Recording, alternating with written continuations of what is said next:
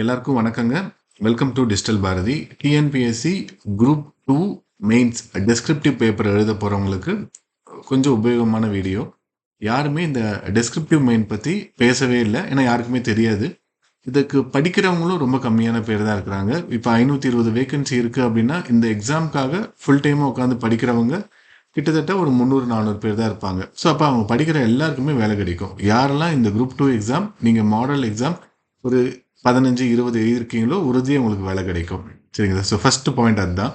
Competition இருக்கிறதுலே ரொம்ப கம்மியான எக்ஸாம் இந்த வருஷத்தில் போன வருஷத்தில் எல்லாத்துக்கும் சேர்த்து ரொம்ப கம்மியாக இருக்கிறது இந்த எக்ஸாம் தான் ஃபர்ஸ்ட். ஸோ இந்த எக்ஸாம் பற்றி அவேர்னஸ் இன்னும் கூட நிறைய பேருக்கு இல்லை.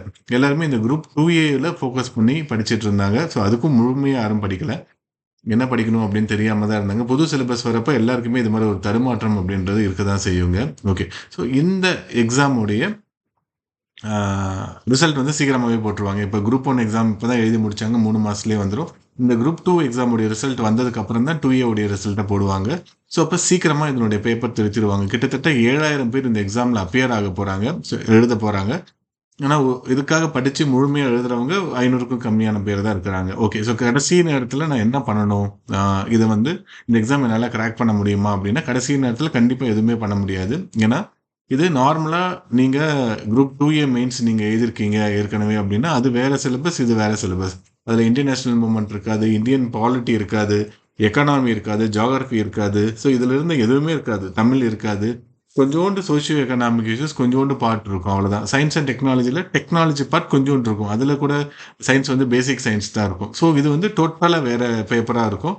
ஸோ பயந்துக்காதீங்க. இந்த எக்ஸாம் எழுத போயிட்டு ஐயோ நான் டிஎன்பிஎஸ்சி எக்ஸாமே நீ எழுத மாட்டேன் அப்படின்ற நினைப்போட திருப்பி வராதிங்க. ஓகே, ஸோ இந்த எக்ஸாமுக்கு நான் இப்போ என்ன பண்ணணும் அப்படின்னு பார்த்தீங்க அப்படின்னா, ஏற்கனவே நீங்கள் படிச்சிருந்தீங்கன்னா உங்களுக்கு கண்டிப்பாக யூஸ்ஃபுல்லாக இருக்கும். இல்லை இப்போ தான் நான் இந்த எக்ஸாமுக்காக ஒரு வாரம் தான் படிக்கிறேன் அப்படின்றவங்களுக்கு அடுத்த எக்ஸாம் நல்லா பண்ணுறதுக்கான வாய்ப்புகள் என்ன இருக்குது அப்படின்றத சொல்கிறது தாங்க. ஓகே, ஸோ இப்போ இருக்கக்கூடிய 7 சப்ஜெக்டில் நீங்கள் ஃபோக்கஸ் பண்ணி படிக்க வேண்டிய சப்ஜெக்ட் அப்படின்னா 60 மார்க் இருக்கக்கூடிய பாலிட்டி, சோஷியோ எக்கனாமிக் இஷ்யூஸு, அப்புறம் இன்டர்நேஷ்னல் மூமெண்ட். இதுலேருந்து நிறைய கேள்விகள் கேட்பாங்க. கிட்டத்தட்ட 150 கேள்விகள் இதில் நீங்கள் கவர் பண்ணிடலாம்.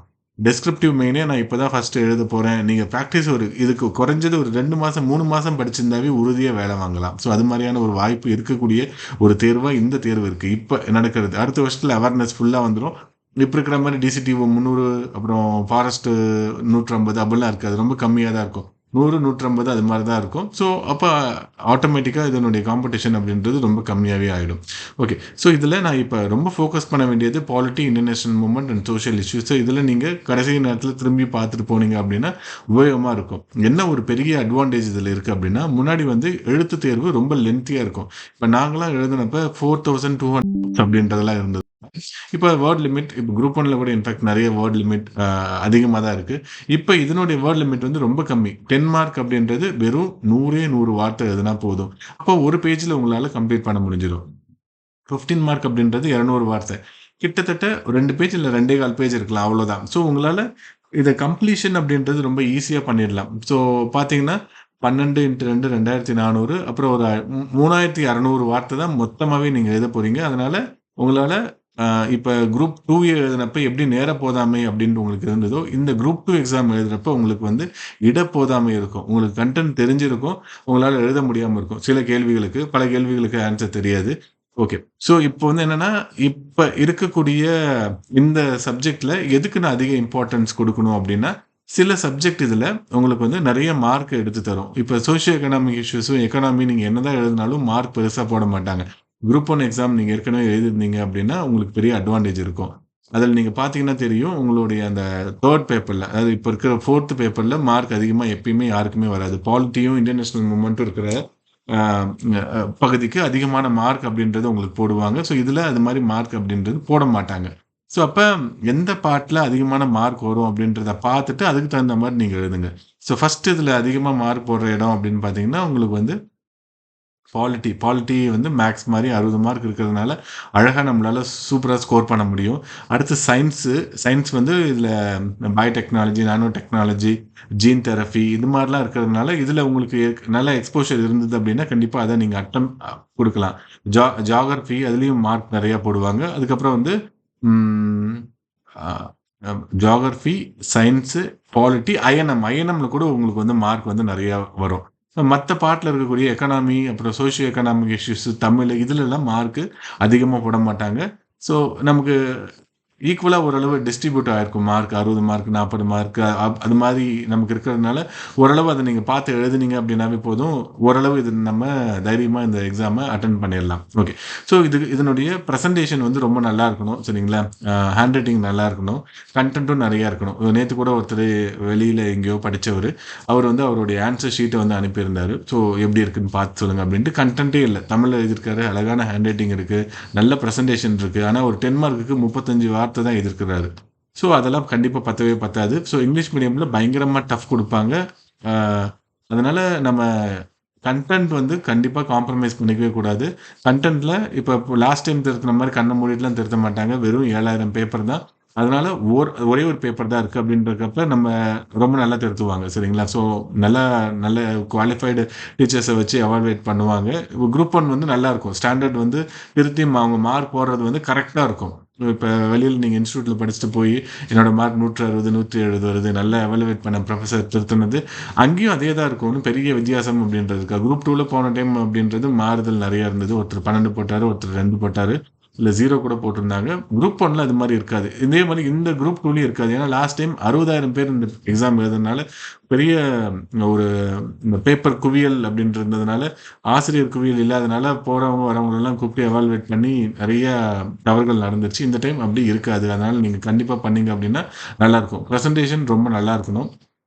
ரொம்ப நல்லா இருக்கணும் அப்படின்னா, ஸ்பேசிங் கரெக்ட்டா நீங்க மெயின்டெயின் பண்ணியிருக்கணும். திருத்துறவருக்கு நம்மளுடைய பேப்பர் பார்த்த உடனே தலைவலி வந்துரக்கூடாது. ஹேண்ட் ரைட்டிங் லெஜிபிளா எழுதுங்க. நீங்க எழுதுறது உங்களுக்காவது புரியணும். ஓகேங்களா? ஸோ கன்டென்ட் ரொம்ப முக்கியம். இப்ப கொஸ்டின் நம்ம செலக்ட் பண்றப்ப, ஒரு கொஸ்டின் வந்து அ இப்ப இதுலயே பாருங்க. இது ஒரு மாக் டெஸ்ட் இது. இப்ப what are the advantages and disadvantages of caste system அப்படின்னு இருக்கு அப்படின்னா, இதுல உங்கள நன்மைகள், தீமைகள் அப்படின்ட்டு உங்களால நல்லா பண்ண முடியும். யார் வேணாலும் அத விட்டு நம்மளால எழுத முடியும். ஆனா, அதிலேயே இந்தியாவில் குழந்தைகள் பாதுகாப்பிற்கு அரசியலமைப்பு பாதுகாப்பு மற்றும் சட்ட கட்டமைப்புகள் என்ன அப்படி. ஸோ இது வந்து ஒரு ஃபேக்சுவல் கொஸ்டின். கான்ஸ்டிடியூஷன்ல இருக்கக்கூடிய ஆர்டிகல்ஸ் எழுதலாம். அப்புறம் வந்து லெஜிஸ்லேட்டிவ் மெஷர்ஸ்லாம் நம்ம எழுதலாம். ஸோ இதுல தான் நெறைய மார்க் போடுவாங்க. ஸோ ஒரு கொஸ்டின் வந்து தியரிட்டிக்கலா இருக்கு அப்படின்னா, அத நீங்க எடுக்காதீங்க. எது ஃபேக்ட் நெறைய இருக்கோ, ஃபேக்ட்க்கு தான் நெறைய மார்க் போடுவாங்க. ஸோ அந்த கொஸ்டின நீங்க எடுங்க. அதே மாரி இப்ப ஒரு ஜியோகிராஃபி கொஸ்டின் எடுக்குறீங்கன்னா, கண்டிப்பா மேப் போடுங்க. பிக்டோரியல் ரெப்ரசன்டேஷன் அப்படின்றது ரொம்ப ரொம்ப முக்கியம். நமக்கு முன்னாடி லாஸ்ட் குரூப் பிஏல கூட ஒரு வீடியோவே இதுக்காக போட்டிருப்போம். ஒரு டாப்பர் பேப்பரையும் எடுத்து போட்டிருப்போம். ஸோ அந்த வீடியோ கூட நான் டிஸ்கிரிப்ஷன் லிங்க்ல குடுக்க பார்க்குறேன். சரிங்களா? அதையும் நீங்க பாருங்க. சயின்ஸுக்கு கண்டிப்பா படம் போட்டு எழுதுங்க. இப்ப ஜீன் தெரபி கேட்குறாங்க, குளோனிங் கேட்குறாங்க அப்படின்னா, அழகா படம் போட்டு சூப்பரா எழுதலாம். பாலிட்டியில ஆர்டிகல்ஸ் எல்லாத்தையுமே பாக்ஸ் கன்டென்ட்டா போட்டு நீட்டா பிரசன்ட் பண்ணுங்க. பாலிட்டியில ஆர்டிகல்ஸ் தான் உங்களுக்கு நெறைய மார்க் வாங்கி தரும். சரிங்களா?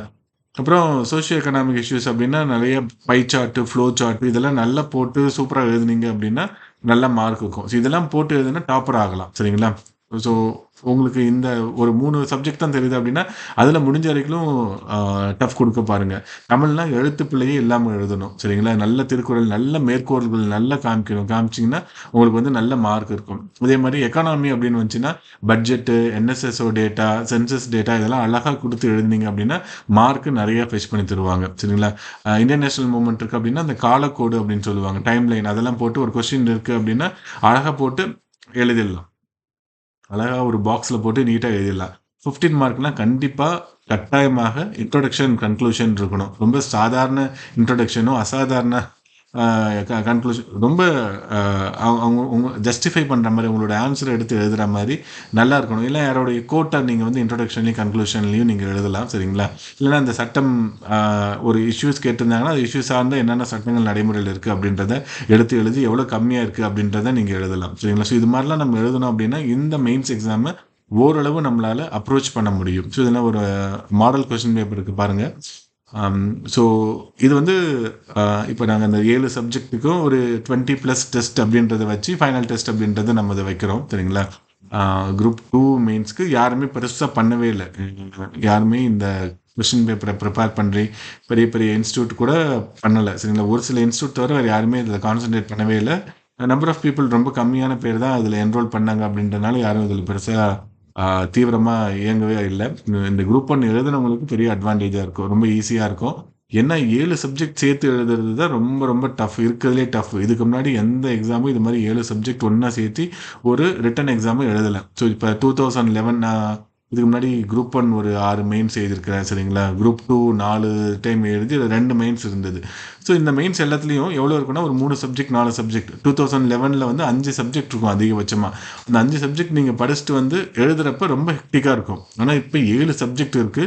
உங்களுக்கு வந்து ஒரு கொஸ்டின் அட்டன் பண்ணிவிட்டு அந்த சப்ஜெக்ட் நேச்சரே இல்லாமல் வேற ஒரு ஹிஸ்ட்ரி கொஸ்டின் அட்டன் பண்ணுவீங்க.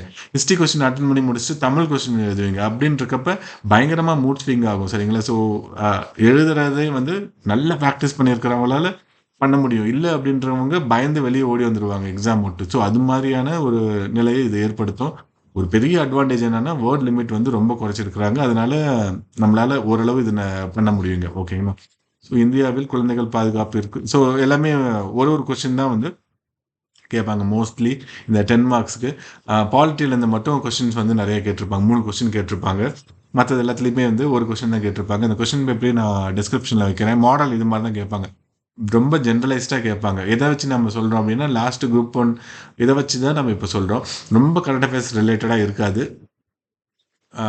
சிலபஸில் என்ன கொடுத்துருக்காங்களோ அதுவே கொஸ்டினாக மாற்றி கேட்பாங்க. ரொம்ப அனாலிட்டிக்கலாகவும் கொஸ்டின் வந்து கேட்க மாட்டாங்க சரிங்களா. தமிழ் மட்டும் 5 கொஸ்டின் கொடுத்து 3 கொஸ்டின் எழுத சொல்கிறாங்க. 3 10 மார்க் மட்டும் இருக்கும் சரிங்களா. அதில் மோஸ்ட்லி இலக்கியம் பார்ட் வந்து அட்டன் பண்ணாதீங்க. அதில் இப்போ அந்த ஆர்கியாலஜிக்கல் எக்ஸ்கவேஷன்ஸு, அதுக்கப்புறம் வந்து நமக்கு வந்து டிராவிடியன் மூமெண்ட் இதெல்லாம் கொடுத்துருக்குறாங்க இல்லைங்களா. ஸோ அதெல்லாம் நம்ம எடுத்து எழுதலாம். ஸோ அது மாதிரி கொஸ்டின் நீங்கள் அட்டன் பண்ணிங்க அப்படின்னா மார்க் ஒரு தனித்தமிழ் இயக்கம் இது மாதிரி தியரட்டிக்கலாக ஓரளவு வராமல் இருக்கிறதெல்லாம் நீங்கள் எடுத்து எழுதுங்க. செய்யுள் இதோட இருக்கிற மாதிரி எழுதுனீங்க அப்படின்னா 10க்கு 4 மார்க் தான் போடுவாங்க. அதிகபட்சமாக 5 மார்க் போடுவாங்க. ஒரு மார்க்கும் ரொம்ப முக்கியம் நமக்கு. 15 மார்க் அப்படின்னு வரப்ப 3 கொடுத்து 2 எழுத சொல்கிறாங்க இல்லைங்களா. ஸோ இந்திய தேசிய இயக்கம் முக்கியமாக தமிழக தலைவர்கள் தமிழ்நாடு ஸ்பெசிஃபிக்காக 25-30% கேட்பாங்க. இதில் நம்ம MC ராஜா கேட்டிருப்போம். தமிழ்நாடு கவர்மெண்டுடைய லேட்டஸ்ட் ஸ்கீம்ஸ் கேட்டிருப்போம் சரிங்களா. இதெல்லாம் ரொம்ப முக்கியம். டிராவிடியன் மூமெண்ட், இப்போ கலைஞர் பற்றி கூட கொஸ்டின் கேட்கலாம் சரிங்களா. ஸோ இது மாதிரி இருக்கிறதெல்லாம் நம்ம படித்து வந்தோம் அப்படின்னா கரெக்டாக இருக்கும். இந்தியாவில் சுகாதார பாதுகாப்பு வழங்குவதில் தமிழ்நாடு ஏன் முன்னணியில் உள்ளது அப்படின்னா தமிழ்நாடு கவர்மெண்டோடைய ஸ்கீம்ஸ் ஹெல்த் ரிலேட்டட் எல்லா ஸ்கீமையும் நம்ம எடுத்து எழுதணும் சரிங்களா. ஏன் வந்து இங்கே IMR கம்மியாக இருக்குது, ஏன் MMR கம்மியாக இருக்குது அப்படின்றத நம்ம எக்ஸ்பிளைன் பண்ணி எழுதணும் அப்படின்னா போதும். முத்துலட்சுமி ரெட்டி மகப்பேறு நிதியுதவி திட்டம் இருக்குது, 18,000 ரூபாய் பணம் தராங்க, பாதுகாப்பு புத்தகம் தர, இது மாதிரி நிறைய விஷயம் நம்ம சேர்த்து எழுதணும். ஃபேக்சுவலான விஷயத்துக்கு எழுதினா மட்டும்தான் நம்மளால நல்ல மார்க் அப்படின்றது ஸ்கோர் பண்ண முடியுங்க சரிங்களா. DNA மறுசீரமைப்பு, DNA இதெல்லாம் வந்து நிறையா இப்போ ரிலேட்டடாக நிறைய கொஷின் கேட்டுகிட்டே இருக்காங்க அப்படின்றனால ரொம்ப முக்கியம். JS பற்றி கேட்பாங்க சரிங்களா. நானோ டெக்னாலஜி, சயின்ஸ் அண்ட் டெக்னாலஜியில் டெக்னாலஜி ரிலேட்டடாக இருக்கிறத நிறையா கேட்பாங்க. ஓகே.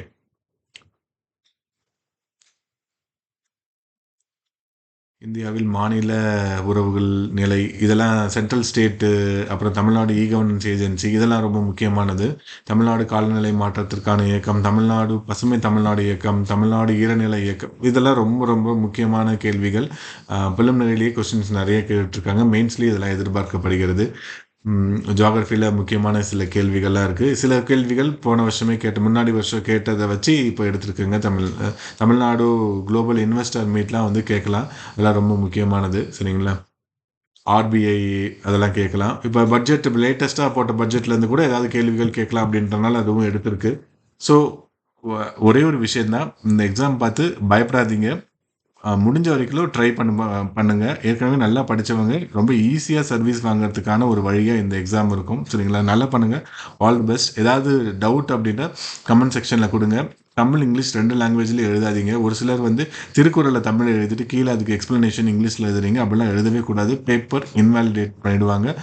நல்ல பேனால் எழுதுங்க. நல்ல V7 பென், பைலட் பெனில் எழுதுங்க. ரொம்ப பட்டையாக எழுத வேண்டாம். V5 ரொம்ப நல்லாயிருக்கும். V7 ஒரு சிலருக்கு மேலோட்டமாக எழுதுறவங்களுக்கு நல்லாயிருக்கும். அடுத்து எழுதுறவங்களுக்கு அது கூட கஷ்டமாக இருக்கும். நல்ல கண்டென்ட் இருக்கணும் பாருங்கள். ஸோ இதில் வந்து fundamental rights available for foreigners அப்படின்னு கொடுத்துருக்கிறதுல எவ்வளோ டென்ஸான கண்டென்ட் அப்படின்றத எழுதியிருக்காங்க அப்படின்றத பாருங்கள். எவ்வளோ பாக்ஸ் போட்டு நீட்டாக எல்லா விஷயத்தையும் ரெப்ரசன்ட் பண்ணியிருக்காங்க. சரிங்களா? இது ஏன்னா கொஸ்டின்ல இது மாரி அவங்க ஒரு 6, 7 பாயிண்ட் எழுதியிருக்காங்க அப்படின்னா, இதுக்கு தான் நெறைய மார்க் போடுவாங்க. ஸோ நம்மளுடைய விஷயங்கள் எல்லாமே அவங்களுக்கு கன்வே ஆகணும். எவாலுவேட்டருக்கு ஓகே இவங்க நல்லா எழுதியிருக்கிறாங்க அப்படின்றத நமக்கு புரிய வைக்கணும். அது மாரி நம்ம எழுதிட்டாவே போதும். கண்டிப்பா நல்ல ஸ்கோர் அப்படின்றத பண்ணலாம். ஓகேங்களா? ஓகேங்க. So all the best. நல்லா பண்ணுங்க. ஏதாவது டவுட்னா எனக்கு இந்த யூடியூப்ல கமெண்ட் செக்ஷன்ல கமெண்ட் பண்ணுங்க. சரிங்களா? இது இல்லாம இந்த குரூப் 2 அண்ட் குரூப் 4 உடைய ரெகுலர் பேட்ச் டீட்டெயில் அப்படின்றது பழைய வீடியோல போட்டிருப்போம். அதனுடைய பிடிஎஃப்பும் நான் போடுறேன். அதே மாரி குரூப் 1 அந்த டெஸ்ட் பேட்ச் அப்படின்றது இப்ப 2 டெஸ்ட் ஏதோ முடிஞ்சிருக்கு. அதனுடைய பிடிஎஃப்பையும் நான் கீழ போடுறேன். அதனுடைய வீடியோவும் இருக்கும். குரூப் 4க்கான டெஸ்ட் பேட்ச் டீட்டெயிலும் நான் டிஸ்கிரிப்ஷன்ல போட்டிருக்கேன். நீங்க பாருங்க. ஸோ ரொம்ப யூஸ்ஃபுல்லா இருக்கும். இந்த எக்ஸாம கண்டிப்பா நல்ல விதத்துல அப்ரோச் பண்ணுங்க. இது வந்து இப்ப குரூப் 4க்கு தான் நான் படிக்க போறேன் அப்படின்னு நினைக்கிறவங்களுக்கு, உங்களுடைய எதிர்கால அ ஒரு பெரிய கனவாவே இந்த குரூப் 2 வேலை அப்படின்றது இருக்கும். உங்களுடைய 7, 8 வருஷத்த இந்த குரூப் 2 எக்ஸாம் அப்படின்றது சேவ் பண்ணும். ஸோ நல்லா பண்ணுங்க. All the best.